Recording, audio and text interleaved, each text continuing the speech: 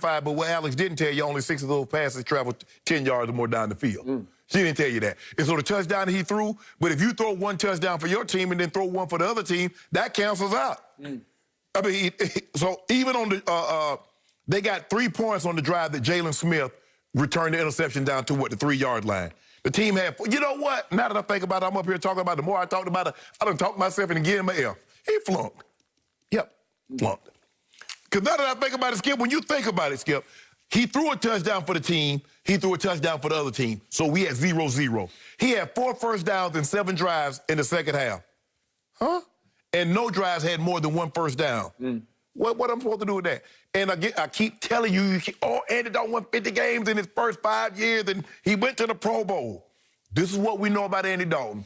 Last year, he was on a team that ended up getting the #1 overall draft pick. Andy Dalton was on that team. Now, a lot of these guys, now I understand that A.J. Green was injured last year, but Tyler Boyd was there and Joe Mixon and those guys, so they could still run the football. And Andy Dalton helped them get Joe Burrow. So, Skip, you know what? I was going to give him a D and say he passed, but he flunked. Really? He flunked, yes. So this is a first in the history of the stat called QBR. Andy Dalton had a 74 QBR. That's on a scale of 0 to 100. 74 is pretty great. And he got an F for a 74 QBR. 2 plus 2 equals No. Skip, 0. what did eye test tell you? I don't know QBR, Skip. I'm talking about this play. Thank you for asking that. My eye test told me that Andy Dalton played a superb football game under degree of difficulty scale of 0 to 10, a 10. Degree of difficulty. He lost his 2 best linemen, his 2 tackles in the first drive of the game.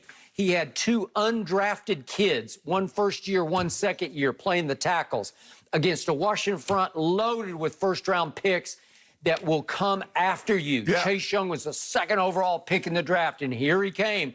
And predictably, right away, Brandon Knight just whiffed on him, and he got Andy Dalton from the backside, the blind side, But right? you know what you do, Skip? Why'd you do that? You know, what I'm doing is I'm going to give Andy Dalton an A- for his performance yesterday because from start to finish, he played with guts and heart and savvy.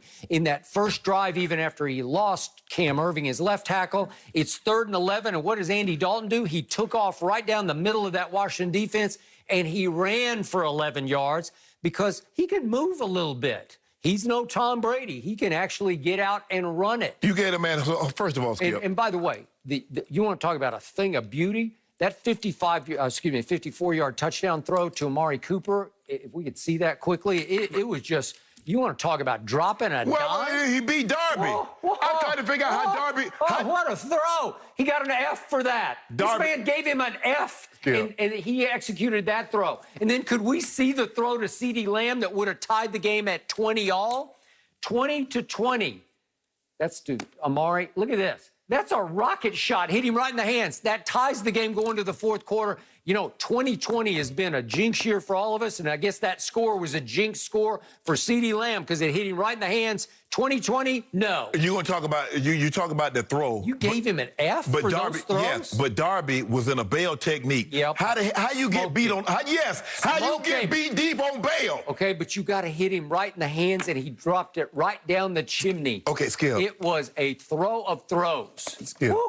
Old Duncan Dalton. That's what I'm going to start calling him, Old Dink and Dunk Dalton. Skip, only 6 of his passes, of the 35 that he attempted, traveled 10 yards or more down the field. Let that sink in. So, in other words, he fishing around the shore. He just fishing. That's why he catching little fish. If CeeDee just wraps it up and puts it away, we're talking about a tie game going to the 4th quarter with 2 undrafted tackles playing. Whoa. What are you talking about? This is what I did. I never heard you say a word. When they had first-round draft pick Ty Smith, and they had first-round draft pick the center Travis Frederick, when they had first-round draft pick Zach Martin, and they were road grading people. You didn't mention anything about they were going against undrafted free agents, and they would talk.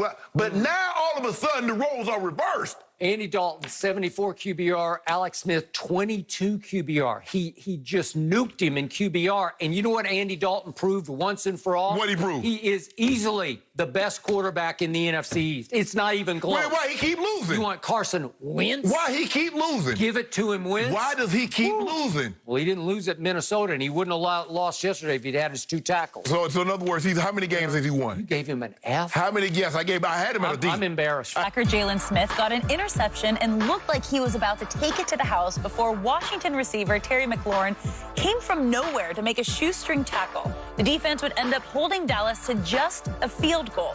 So, Shannon, on a scale of 1 to 10, how impressive was this chase down? Skip, it wasn't as impressive as the DK Metcalf because he didn't come from the distance. But it just goes to show you hard work pays off because just like in the Metcalf situation, it kept them out of the end zone. And they had end up settling for, instead of tying the ball game, now we still have a 4-point cushion. Skip, that's the difference between winning and losing. One team wanting it more than the other. Because we had talked about the Cowboys not hustling on the Odell Beckham play. You're like, Skip, where's the hustle? You never know what could happen if you stop him. Because at that point in time, Skip, remember, you had cut it to a 1-possession game. Yep. I'm gonna give him a 9. I'm not gonna say it's a 10. You know what? I am gonna give him a 10. For the simple fact, immediately he turned. Skip, if he hesitate a 1/10 of a second, now Wolf Hunter's gonna be in position to block him. He had to go instantaneous, and he took off, not knowing if he's going to be able to catch him. He said, but I got to try. Skip, look. Rivera said the players asked him earlier this month to make this young man a captain. Unanimously. A guy in his second year says, a wide receiver at that. There are not very many wide receiver captains, especially in their second year. It goes to show you the makeup of this young man. I'm going to give him a 10 because it could have been easily the difference in the ball game. Can you imagine? Now, the crowd was already erupting. Now, I guess they ain't got COVID in Texas because they got 30,000, 40,000. Each week it went from 5,000 to 15 to 20. Now we got 30. In 2 weeks, we're going to have 55,000, 100,000 fans in Texas State. But that's neither here nor there, Skip. Can you imagine the fans had Jalen Smith scored a touchdown? Now, they were already going bonkers. Can you imagine what that would have done? And just like that, how deflating it was. We get the ball down to the 3-4 yard line, and they don't punch it in. So as high as you were, you equally as deflated because we just know we're going to get a touchdown. We got Zeke and CD and Gallup and Amari. And we can't get the ball in for 3 yards? Oh, man, it's over. Well, they did get it in. No, they didn't. Yeah, they did. It hit CD Lamb right in the hand. They get it in. Did they not execute a play that should have been a touchdown? Did Washington stop them from scoring a touchdown? They did not. Neither DB did anything to stop him from catching the football. Stopped him. It was cold, dropped right in his hand. That's what I'm just saying. That's what. Okay, I'm going to give Terry McLaurin an 8, and I have great respect for him, and I don't know how they stole him. Wasn't he a 3rd-round pick? Yeah. I don't get that, but he ran 4.3 at the combine, and it is a legit 4.3 because people cannot cover him. They tried all day with 2, and they still couldn't cover him. The point was, I'm not going to degenerate here on Undisputed to the point where I'm giving a kid props for doing his job. Right. Because that's your job. You know this, and you've chased guys after an interception. It's part of being a football player. An offensive player is you turn and you run. There's no reason not to try your guts out to go stop him because you ran 4.3. Now, once upon a time, Jalen Smith ran 4.44 pre-injury, but he does not run a 4.440 anymore. He had a career-threatening knee injury, which is how Jerry Jones stole him in the 2nd round. Yeah. And he doesn't look, I don't know what he'd time now, but would he be 4.6 maybe? Oh, no, that ain't no 4.6. I don't know. But the point was, Terry McLaurin knows in his soul he can run him down, right? It's an easy chase down, but you got to have the will to do it.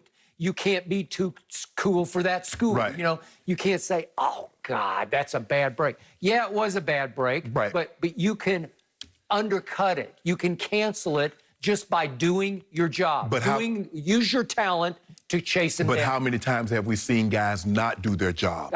Too many. So, Totally agree. And that was the difference, Skip, because he's like I said, he had to go immediately because a tenth of a second later, Wolf Hunter's in position. Wolf Hunter almost got there, but made a shrewd play to say, I don't think get no clip. you're going to get a block in the back. Correct. If you push too hard, and he kind of gave him a little bump. Right. But